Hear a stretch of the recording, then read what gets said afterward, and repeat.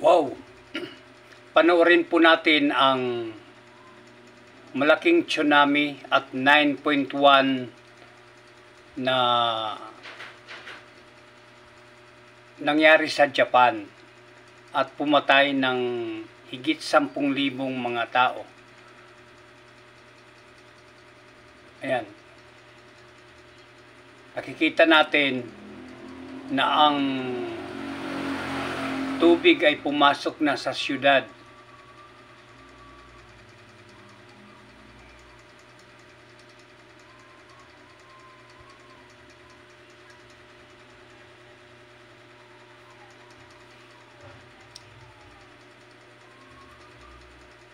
Many areas are battered by tsunamis over 10 meters high. Sino ba naman ang makaka-survive na mabuhay sa ganong klase ng pagtaas ng tubig?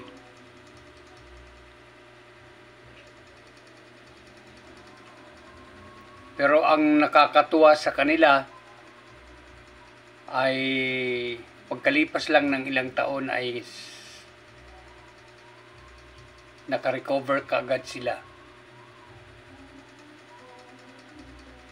Makikita natin ang mga malalaking sasakyan ng yati ay inaanod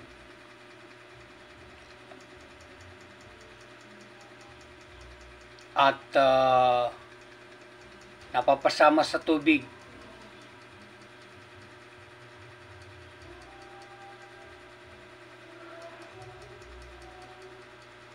Yan, halos umaabot na ang tubig sa atip at walang iba kundi napapasama.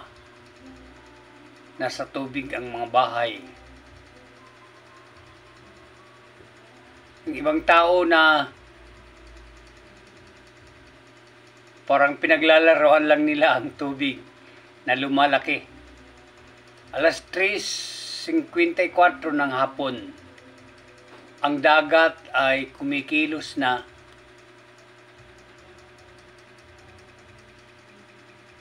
Ayan. Lumiliklik na sa gilid ng flood control. Sabi nga ni Bongbong mayroon na tayo mga flood control. Pero dinaig pa rin ng Christine na Bagyo ang kanyang mga flood control. And let's be scientific, sabi nga niya. Sino nga ba naman na makikipaglaban sa hagupit ng kalikasan?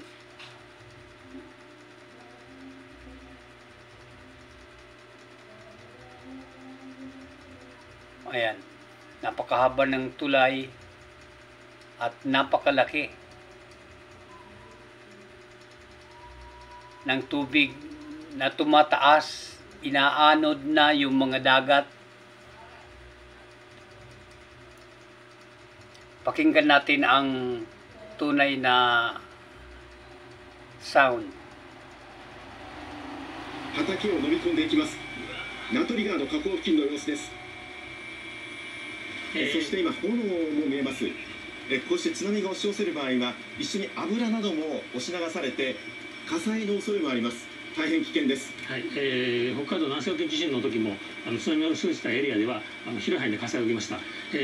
今この海水と土砂と瓦礫が混ざったこの濁流に巻き込まれるのは非常に危険なので、すぐにこの周辺の方は避難してください。もし、避難する宝 Di ba ako nakakaintindi sa sinasabi ng Hapon? Ako na lang po ang mga kababayan kong Pinoy. Panoorin po ninyo alas 3:58 na ng hapon itong eksena na ito. Mayroon dyan mukhang bumbero. Ayan. Inatake na ng tsunami at pagtaas ng tubig. Papaano yan ngayon makakatakot? The water rises higher and faster as it flows between buildings.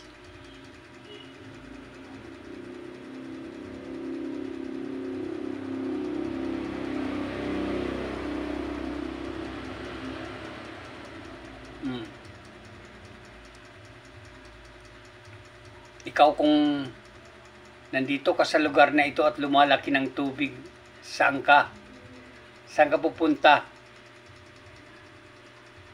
Yan, o kaya ikaw ay nakasakay sa isang sasakyan at bigla na lang lumaki ang tubig. Makikita natin, pagtaas ng tubig. Anong gagawin mo? Di ka ba matatakot?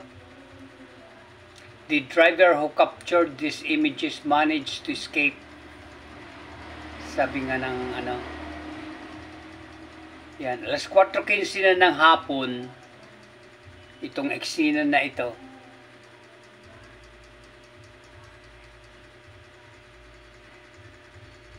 At unti-unti nang sumasapaw ang tubig di Fukushima City with the power knocked out the reactor's cooling. Alas 4:32 ng hapon,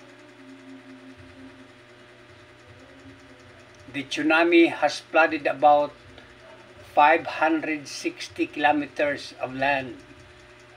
Meaning kung sa papuntang Samar, nasa Bicol na. Ayan. Bihinahan na rin. Far from the scenes of disaster, Tokyo is also in a state of chaos.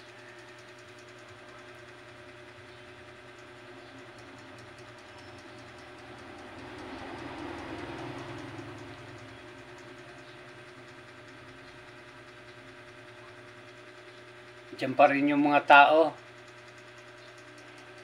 Yung iba hindi na natatakot. Kahit palaki na yung tubig, yung iba nag-evacuate na. Mass evacuation ang mga Hapones sa kanilang lugar. Nangyari ito noong March 11. Di ko lang natandaan kung anong taon ito. Alas 5:30 ng hapon at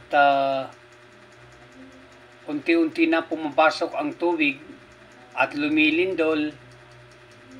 Lindol ito at tsunami ng Japan.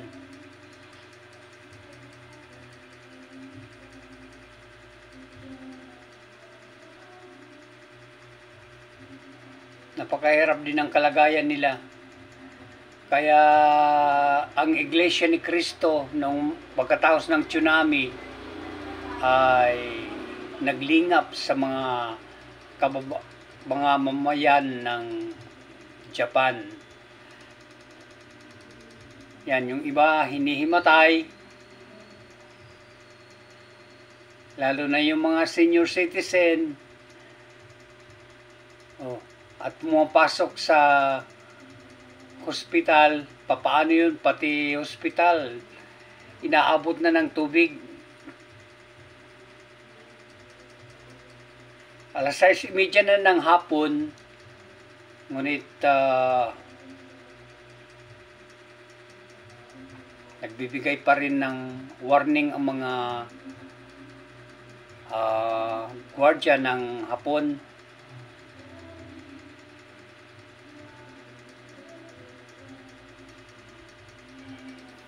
Maroon daw mga tao nasa ibabaw ng atip.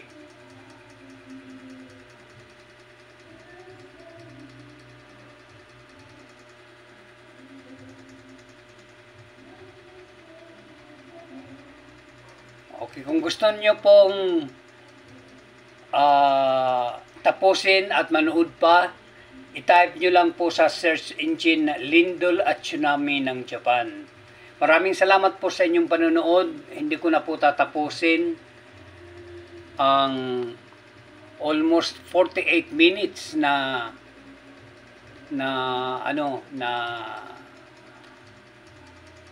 nangyari sa Japan, na dyan na sila sa evacuation center ng kanilang mga distrito. Maraming salamat po sa panonood. Have a nice day. Take charge. Bye-bye.